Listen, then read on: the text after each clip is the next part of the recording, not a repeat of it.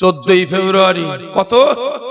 14ই ফেব্রুয়ারি। আল্লাহর কসম খেয়ে বলছি, আমি সাবির সিদ্দিক ওয়াদা করে নিয়েছি 15ই ফেব্রুয়ারি থেকে যে মুসলমান মাথা নিচু করে চলবে, চুচু হয়ে চলবে, ভীতু হয়ে চলবে, মার খেয়ে ঘরে আসবে, 15ই ফেব্রুয়ারি থেকে আল্লাহর কসম খেয়ে বলছি পায়ের জুতো খুলে ওই মুসলমানগুলোকে ছুঁড়ে ছুঁড়ে মারবো। অনেক হয়েছে, আর নয়, আর নয়।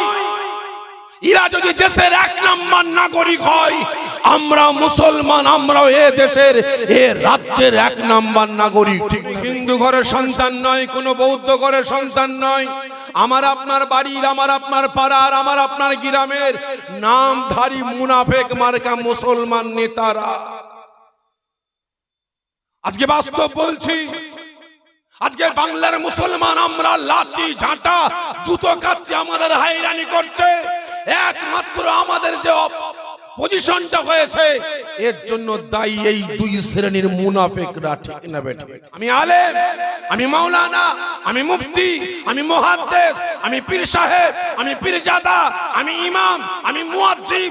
আমার চোখের সামনে মুসলমানের বাচ্চা মদ খেয়ে মাতলামি করতে করতে বাড়িতে যাচ্ছে, মুসলমানের বাচ্চা গাঁজা খেয়ে মাতলামি করতে করতে বাড়িতে যাচ্ছে, মুসলমানের বাচ্চা কাফের মুশরিক বেঈমান বেদিনদের জন্য আরেক মুসলমানের ঘর ভাঙছে, মুসলমানের বাচ্চা বেঈমান বেদিনদের জন্য আরেক মুসলমানের দোকানে আগুন লাগাচ্ছে, মুসলমানের বাচ্চা বেঈমান বেদিনদের জন্য, মুশরিকদের জন্য, কাফেরদের জন্য আরেক মুসলমানের মাথা ফাটিয়ে দিল, আরেক মুসলমানকে গ্রাম থেকে, পাড়া থেকে, বাড়ি থেকে তাড়িয়ে দিল।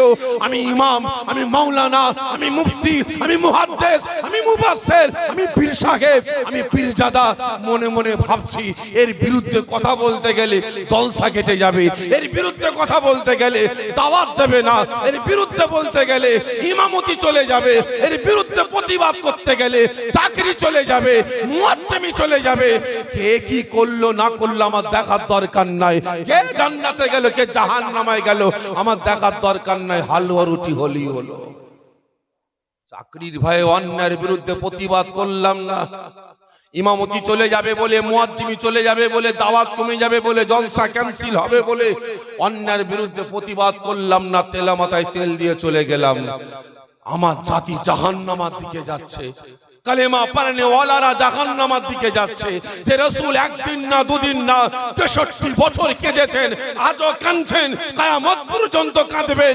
যে জাতিকে জাহান্নামের আগুন থেকে বাঁচিয়ে জান্নাতে নিয়ে যাওয়ার জন্য সেই রাসূলের আদর্শ গ্রহণ করে নিয়ে, আজকে আমি রাসূলের আদর্শ মেনে নিয়ে আমার রাসূলের উম্মত উম্মতিগুলোকে জাহান্নামের আগুন থেকে বাঁচাবার জন্য সতর্ক করলাম না, সাবধান করলাম না। তাহলে আপনারা বলেন ওই টাকাটা আমার জন্য খাওয়া হালাল হবে না হারাম? সকলে মিলে বলে হারাম। সেজন্য ভাই জানতে চাইছি, এতগুলো মুসলমান এখানে বসে আছেন, আপনারা ওয়াক্তিয়া নামাজ ঠিক মতো জামাতের সঙ্গে অনেকে আদা করতে পারেন না, কি তাই তো নাকি? মাঠে ঘাটে থাকেন, ফেসারিতে থাকেন, এখানে ওখানে থাকেন, কিন্তু জুম্মার নামাজটা সবাই জামাতের সাথে আদা করেন তো? একটু যাচাই করবো। কতজন বলছেন ভাইজান হ্যাঁ আমি জুম্মার নামাজটা জামাতের সাথে আদা করি? একটু হাতটা উঁচা করবেন, জোরে তাকবীর দেন, নারায়ে তাকবীর। এই নামাজীদের আওয়াজ এরকম, জোরে দেন না, নারায়ে তাকবীর, আরো জোরে নারায়ে তাকবীর। মাশাআল্লাহ, হাত নামিয়ে দেন। তবে আপনি জুম্মার দিনে নামাজ পড়তে যাচ্ছেন, আর আপনার পাশে, আপনার পিছনে আব্দুল খালেক, আব্দুল জব্বার মদ খেয়ে গুঁত মেরে যাচ্ছে। আপনি সিঁড়ি দিয়ে মসজিদে উঠছেন, এ ব্যাটাও দেখি জুতো খুলছে, কে? মদখোর, মদ খেয়ে গুঁত মেরে জুতো খুলছে, সেই তো উঠবে। তাহলে আপনি বলেন নামাজি হয়ে ওই মদখোরকে মসজিদে উঠতে দেবেন? হ্যাঁ দেবেন না? বলেন না দেবেন? কেন দেবেন না? বলে কেন দেবেন না? কথা বলে না, ও মদ খেয়েছে বলে, তাই তো? আচ্ছা, ওই যে মদটা খেয়েছে, কারোর মেরে খেয়েছে, কারোর ঝেড়ে খেয়েছে, কারোর লুটে খেয়েছে? জোরে বলেন। কারো ছিনিয়ে নিয়ে খেয়েছে, ও তো মাথার ঘাম পায়ে ফেলে ইনকাম করে নিজের টাকায় মদ খেয়েছে, তাই তো নাকি গো? ও যদি লাফালাফি কুঁদুকুদি করে না আমি উঠবো নামাজ পড়বো, আপনারা উঠতে দেবেন? কি করবেন? ঘাট ধরে কোমরে লাথি মেরে বের করে দেবেন, তাই তো নাকি গো? হাইরে মুসলমান, আপনারা এরকম এক চোখো কেন, এই দু চোখো কেন? আপনারা দু চোখো কেন? হ্যাঁ, আমি প্রত্যেকটা নামাজিদের বলছি, আপনারা দু চোখো কেন? প্রকৃত মুসলমান তো দু চোখো হয় না, প্রকৃত ইমানদার তো দু চোখো হয় না, প্রকৃত শরিয়ত ওয়ালা তো দু চোখো হয় না, প্রকৃত আল্লাহ ওয়ালা তো দু চোখো হয় না, প্রকৃত নামাজি রোজাদার ইমানদার আল্লাহ ওয়ালারা তো এক চোখো হয়, ঠিক না বেঠিক? কি না বলেন? আজকে আপনি মদ খেয়েছে বলে ঘাট ধাক্কা দিয়ে তাকে বের করে দিলেন, নামিয়ে দিলেন, কিন্তু এই মুসলমান আপনি ইমামের পিছনে গিয়ে দাঁড়িয়ে পড়লেন, একটা দায়িত্ব বেহাজ আল ইমাম। কি বললেন? একটা দায়িত্ব বেহাজ আল ইমাম। আপনার ডায়ে, আপনার বামে, আপনার সামনে, আপনার পিছনে কে আছে? কে আছে? ঘুষখোর, লটারিখোর, হারামখোর, পরে মেরে খেয়েছে, পরে ঝেড়ে খেয়েছে, পরে লুটে খেয়েছে, গরিবের হক মেরে খেয়েছে, এতিম মিসকিনের হক মেরে খেয়েছে, অসহায় গরিবের উপরে অত্যাচার জুলুম নির্যাতন করে জরিমানা করে খেয়েছে। তাহলে এই বেটারা সব হালাল খেয়েছে, তাই তো নাকি? ঠিক করে বলেন। হ্যাঁ, সব হালাল খেয়েছে। আপনারা কি বলেন? কথা বলছে না। সবাই হালাল খেয়েছে তো? হ্যাঁ, তাহলে এরা যদি হারাম খেয়ে থাকে, একটা মাতাল মদ খেয়েছে, ওর যদি মসজিদে উঠাটা বারণ হয়, তাহলে এই বেটাগুলোর জন্য মসজিদটা কি করে জায়েজ হলো আপনি বলুন? বলুন। ইসলামের সংবিধান তো সকলের জন্য সমান। একটা ভিখারির জন্য যে আইন, দেশের বাদশার জন্য সেই আইন। একটা ভ্যান চালকের জন্য যে আইন, গৌস কুতুবদের জন্য সেই একই আইন। মাতালকে দাঁড়িয়ে দিলেন, তাহলে এই বেটারা কি করে আশ্রয় পায়? এর প্রতিবাদ করা দরকার আছে না নাই? আছে। তা সেজন্য আপনারা বলেন, তেলা মাথায় তেল দেবো না শুকনো মাথায় তেল দেবো? হ্যাঁ, শুকনো মাথায়। ঠিক বলছেন? কতজন বলছেন শুকনো মাথা? হাত নামিয়ে দেন, আমি হাত তুলতে বলে। যাই হোক, সকলে চাইছেন শুকনো মাথায়। শুকনো মাথায় তেল দিলে ভাই ঠেলা আছে, সহ্য করতে পারবেন তো? তেল বেশি লাগবে, আর মাথাতে দিয়ে মল চালে মাথাতেও লাগবে, পারবেন ইনশাআল্লাহ। আচ্ছা বলেন তো, সর্বপ্রথম আমরা মুসলমান, আমাদের ঈমান, আমল, আকীদা রক্ষা করাটা কঠিন হচ্ছে, এর জন্য দায়ী কারা? আমরা মুসলমান, আমাদের একতা, ঐক্য, ভ্রাতৃত্ব, ভালোবাসা রক্ষা করা কঠিন হচ্ছে। আজকে বাপ বেটার সম্পর্ক, ভাই ভাইয়ের সম্পর্ক, চাচা ভাইপোর সম্পর্ক, মুসলমান মুসলমানের সম্পর্ক, এ পাড়ার মুসলমান ওই পাড়ার মুসলমানের সম্পর্কটা রক্ষা করা কঠিন হচ্ছে, এর জন্য দায়ী কারা? সকলে মিলে বলেন আপনারা নিজেরা। আর কত ছোট হবেন সমাজে ভাই, আর কত ছোট হবেন? হ্যাঁ, বাস্তব বলছি, আর কত ছোট হবেন? সমাজে কত লাঞ্ছিত অপমানিত হবেন। অনেক হয়েছেন, না না আর নয়। কারণ দেখছি তো ভাই, দেখছি তো, আমি ওয়াদা করে নিয়েছি। এসআইআর এর ফাইনাল লিস্ট কবে আসবে? এসআইআর এর ফাইনাল লিস্ট কবে? 14ই ফেব্রুয়ারি। কত?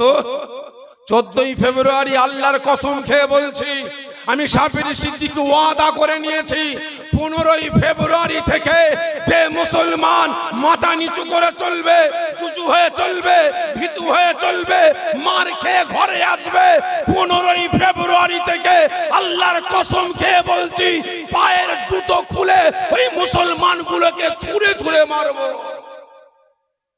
অনেক হয়েছে, আর নয়, আর নয়। এরা যদি দেশের 1 নাম্বার নাগরিক হয়, আমরা মুসলমান, আমরাও এ দেশের, এ রাজ্যের 1 নাম্বার নাগরিক, ঠিক না বেঠিক? একই না বলেন ভাই? ফুরফুরা শরীফে আপনাদের চক আমিনপুর থেকে লোক যাচ্ছে, আপনার মুর্শিদাবাদ থেকে আসছে, মালদা থেকে আসছে, ক্যানিং থেকে যাচ্ছে, ফুরফুরা শরীফে গিয়ে কাঁদছে। কি হয়েছে? জামা ছিঁড়ে গেছে, কি হয়েছে? কাঁদছেন, কি হয়েছে? ভাইজান, ফুরফুরা শরীফে আসবো, ট্রেনে উঠলাম, বাসে উঠলাম, সিট পেলাম, একদল যুবক এসে আমাদেরকে বাংলাদেশের বাঙ্গাল বলে ক্রিটিসাইজ করে, আমাদের টিটকিরি বলে, আমাদের পাকিস্তানি বলে, আমাদেরকে সন্ত্রাস বলে, আমাদেরকে মৌলবাদ বলে, বলে আমাদেরকে তুলে দিল, তুলে দিয়ে আমাদের দাঁড় করিয়ে দিল, রড ধরে ঝুলছি। হঠাৎ করে যুবকগুলো এসে আমার দাঁড়িতে হাত বুলোচ্ছে, দাঁড়িতে হাত বুলোচ্ছে, বুলিয়ে হঠাৎ করে দাঁড়ি ধরে বলে, এ চাচা, এ চাচা, অমুকের নামে স্লোগান দে। স্লোগান দিইনি বলে আমাকে মারধর করেছে, আমাকে ট্রেন থেকে ফেলে দিবার ব্যবস্থা করেছিল, আমাকে জানে মেরে ফেলার চক্রান্ত করেছিল। কেন? আমি মুসলমান বলে। কি ঠিক না বেটি? আমার মুখে দাঁড়িয়ে আছে বলে।